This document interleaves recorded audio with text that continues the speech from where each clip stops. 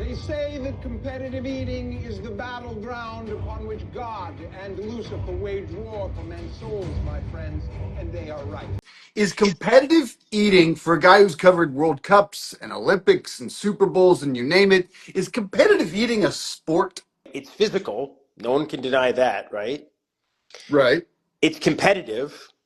No one can deny that. They're competing against each other and often with themselves and against the record book.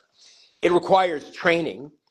It certainly generates a lot of interest. There are fans. It checks all the boxes, right? Every box.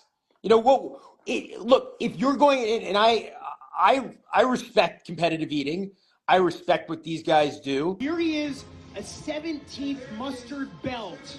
What does this moment mean to the universe of competitive eating? We're still living in the Joey Chestnut moment. It's very similar to, what it was like when Michael Jordan was at his peak in the 90s. And, every basketball story was about Michael Jordan. Very similar to what, it was like in the first decade of the 21st century, when every golf story, I mean, you could say almost now, or until very recently, was about Tiger Woods.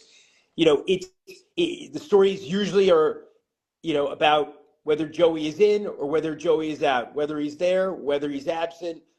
It's still about Joey. That's the big story. So the storylines. And, that's what happens when you are the greatest eater of all time. I mean, think about the billions and billions of people, Dave, who have eaten, right? That's pretty much all of us. I don't think if there's anyone who hasn't eaten, right? It reminds me of Usain Bolt, right? In 2008, 2012, that era. It reminds me of Bob Beamon. I mean, track and field is easy because obviously everything is quantifiable, as it is with hot dogs and buns.